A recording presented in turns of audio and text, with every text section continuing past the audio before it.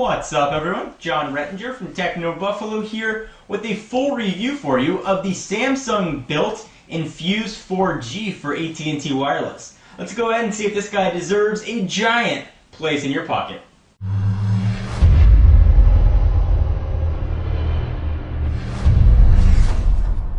Alright, so before we get to the review, let me remind you about the specs of this guy, and it is packing quite a punch. First and foremost is its giant 4.5 inch, and that's 4.5, not 4.3, Super AMOLED Plus display with a resolution of 480 by 800. It's being powered by a new generation, or second generation if you will, 1.2 gigahertz Hummingbird processor.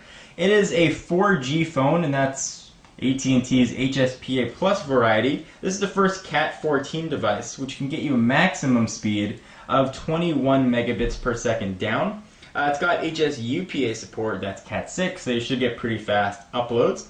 It, on the back, is rocking an 8 megapixel autofocus camera with LED flash. You can shoot video at 720p. That's not the only camera. The front is going to give you a 1.3 megapixel shooter. It's got an FM radio, and this big guy is rocking a 1750 milliamp hour battery. It's got Android 2.2 with TouchWiz below the hood. Alright, so now let's get into the review. Doesn't matter what the specs are, it doesn't matter how big or little the phone is, it's not going to make good phone calls, it's not going to be much use to you. So when I review phones, I do a 20 call test throughout my area of Southern California. Now these results may vary, obviously, depending on your service area, but they are representative, at least, of the Southern California location. Call quality was a little bit on the tinny side, about a quarter of the time. When I was making phone calls, people were able to tell that I was on a cell phone. They said it was okay and they could hear me fine, but it didn't sound as crystal clear as other phones have, and that only happened about a quarter of the time. During that 20 call test, I had no drop calls. That's a very strong antenna, actually. I was able to pull in pretty solid HSPA Plus support, you can see right there, wherever I was. And generally, other HSPA Plus phones I've had, been able to get maybe 3 or 4 bars, sometimes 2. This one was able to pull in a very strong signal, which also is going to lead you to believe that if you're in a fringe 3G area, or if you don't get the best service in your home, you might be able to pull in 1 or 2 bars, at least to make phone calls, if you're in not the best service area.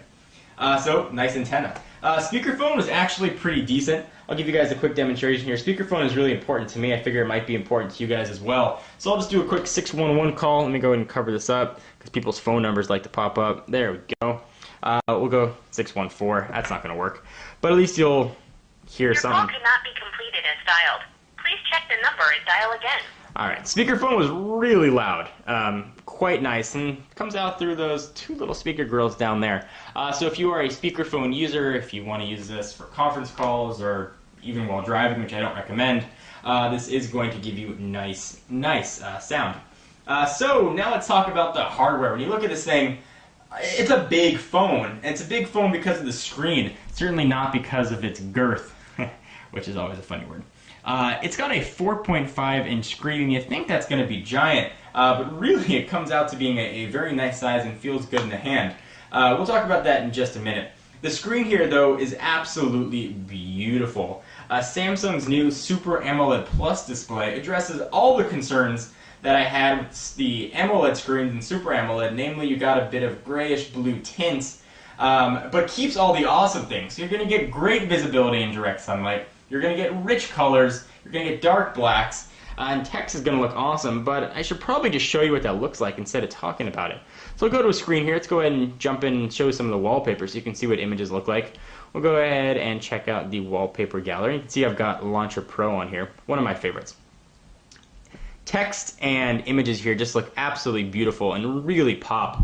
If you're looking for a phone to show pictures to your friends or show them whoever, this is going to be a fantastic device for you. I mean, you're getting almost tablet size in a phone. 4.5 inches is really huge. So maybe not tablet size, but you're getting a really big phone with a great screen. So let me show you what text looks like on here, and we'll talk about the browser in a minute. Here we are in Techno Buffalo. Text is very crisp. You see you don't have that sort of color tint in the back, especially on a white background. So this is one of the few phones I'd say you actually could read an ebook on without killing your eyes, just because it's so much bigger. So the screen is pretty high on the awesome scale. The next thing that's going to be important is speed. So you're not going to set the world on fire with your stock ROM quadrant scores. I love to benchmark things. I generally got a score of around 1100. It is only a single core processor, and I say only, it's a 1.2 gigahertz processor in here, and it's very, very, very fast. I will say this thing just felt really, really zippy while I was using it. Applications loaded really fast. I had no problem, launching games. I had no problem multitasking. This is a very, very, very quick phone. I didn't have any issue or miss an extra core. This is going to be a very fast device for you throughout the duration of your 2-year contract. That's the way you choose to go. But that's not the only way that speed is going to matter. This is also an technically HSDPA, the first Cat 14, which is really capable of supposedly super fast speed. So I mentioned that I'm kind of a benchmarking junkie. So let me go ahead and show you how fast this is. I'm going to go ahead and launch speed test. And let's go ahead and restart the test. And I've got pretty nice HSPA plus signal here. And let's see how fast we're going to be if we can come anywhere close to their max 21 megabits per second.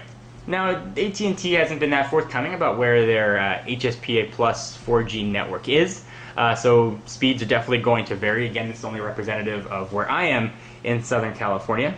So 2.99 is about what I've been getting in the low 3 areas. And generally I've been getting a little bit higher than 1 megabit per second up. So you are getting kind of fast speeds, but certainly not, at least where I am again, as fast as you would hope. So you can go ahead and let's check out some results. You can see some previous speeds here. So generally in the 3s is what I've been getting. My upload speeds evidently tended to vary a lot. This is going to be just a generally quick device. Let's go ahead and load a web page here. So here we are on Techno Buffalo. You notice that I've got flash turned off. Even with flash content turned on, pinch to zooming, whatever you wanted to do, really just worked very quickly. Overall, the device just felt fast. So let's go ahead and just go. We'll do a refresh. We're not connected here over Wi-Fi at all. This is straight, I guess you could call it 4G service or HSPA+.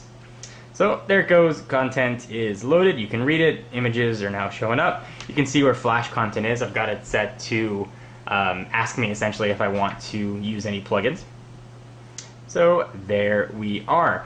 This is only Android 2.2, and I say only because it's a bit disappointing. I certainly would have liked to have had Froyo. But it doesn't really make that giant of a difference, at least to me. The phone just worked very well, and Samsung's own widgets and their TouchWiz tended to make up a little bit for the stuff that I was missing in Gingerbread. I like their default application manager. You'll notice that I had Launcher Pro on there. I'm not the biggest fan of the look of TouchWiz, the way it encapsulates, I can tap the screen, the way it encapsulates icons like this. Some would say kind of Apple-like. I think Apple would certainly say that. So using third-party launchers is a way to eliminate that. It's one of the great things about Android. You can customize the heck out of the device. So I didn't mind that I had Froyo that much. I would have liked that if, just to have the latest build of Gingerbread, but supposedly that will be coming. So with a phone this big and a phone this thin, my first question was, how is battery life going to be? And this 1,750 milliamp hour battery, it's a big battery, actually was able to get me through a full day really easily. And that's with checking 2 accounts connected to Exchange servers, a lot of phone calls, huge amount of web browsing. This thing really got through a full day of heavy use with about almost 40% of the battery left, so you could technically probably get through 2 days if you used it judiciously. I was really, really impressed. And especially powering a phone this big with a screen this massive. Really kudos to Samsung for giving it the battery life that it deserved. Camera quality was fine. As I generally say in phone reviews, you're not going to replace your DSLR. But if you want to snap a few pictures of your buddies at the club, this will be fine. So if I was an AT&T customer, which I do happen to be, and I was looking for a phone, I can definitely tell you that this would be the phone that I would get. I can't recommend this phone enough. Certainly would have been great if it had dual cores. It would have been awesome if it had Gingerbread. But those are really minor quibbles of what's a very, very amazing phone.